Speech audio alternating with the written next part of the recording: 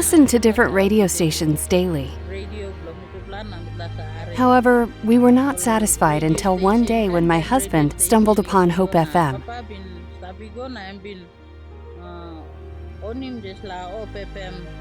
He then invited me to listen to the many inspiring programs. From then on, we listened to Hope FM every day. Hope FM changed my life.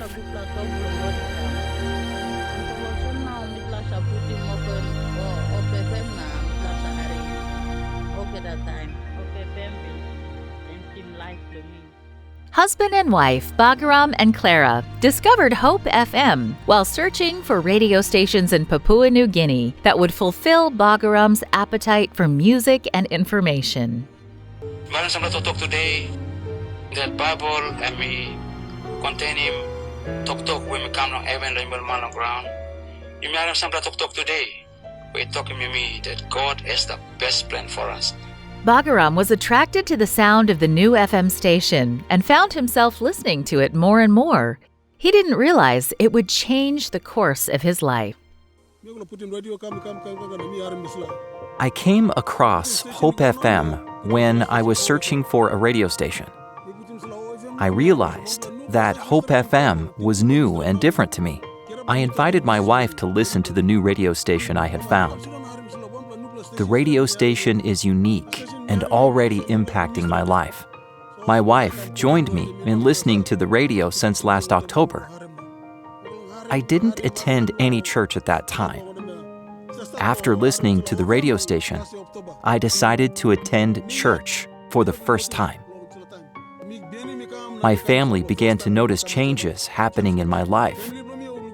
My children were also happy about the changes. Conflicts between my children and I ended. I am convinced about my choice to worship on Sabbath. My choice is a blessing to my family.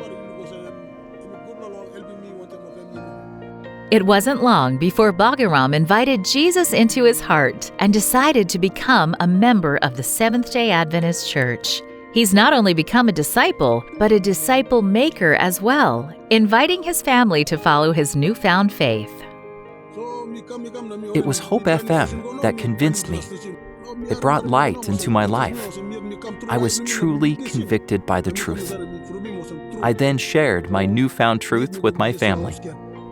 The experience was awesome and exciting.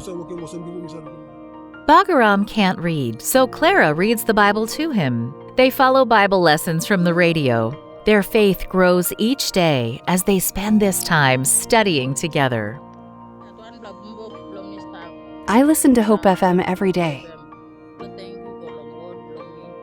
I'm thankful to Hope FM, which brought change into my life.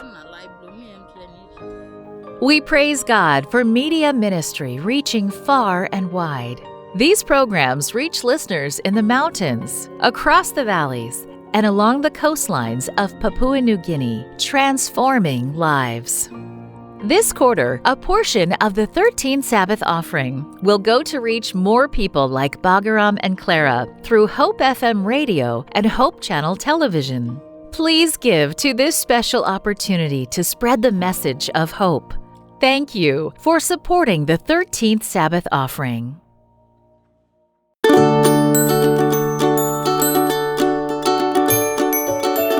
We started in our garage, but we kind of progressed to a studio that we've, over the last 8 years, built up and servicing us very well at the moment.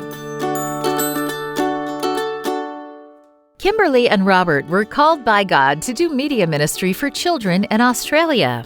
At the time, Kimberly started writing songs, and Robert was working at Sanitarium Health Food Company.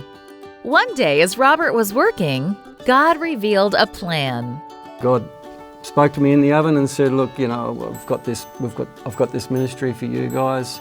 I want you to not just do songs, but media." And he also said that this house, the house that I actually grew up in but wasn't living in at the time, was going to be the headquarters in the future. I came home and told Kimberly, and she said, "I'm not living in that house."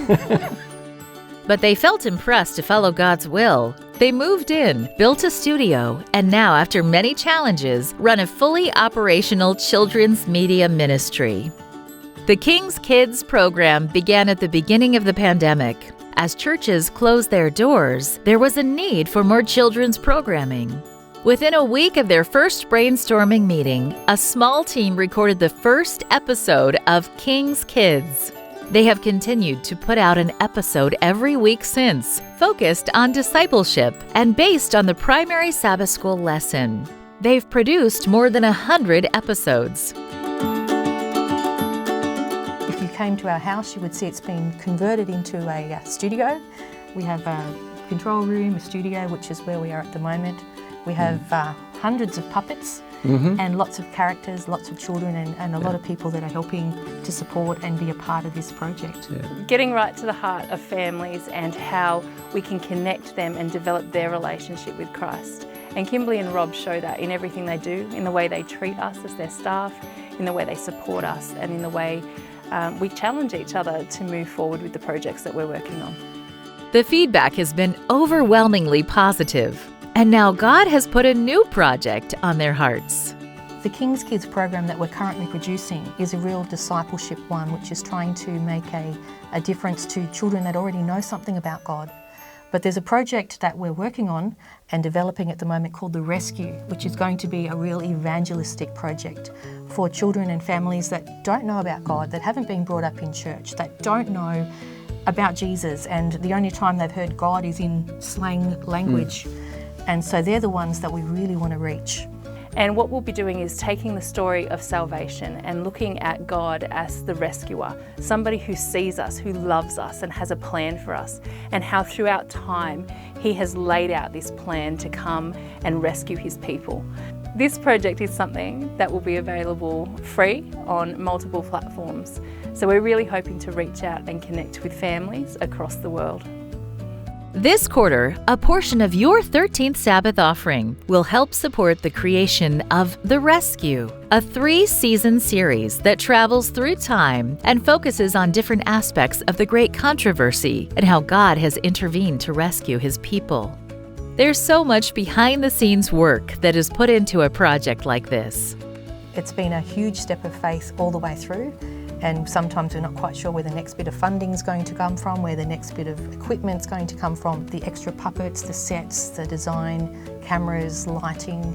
There's so much involved. So that's what we need to continue to produce high quality kids content.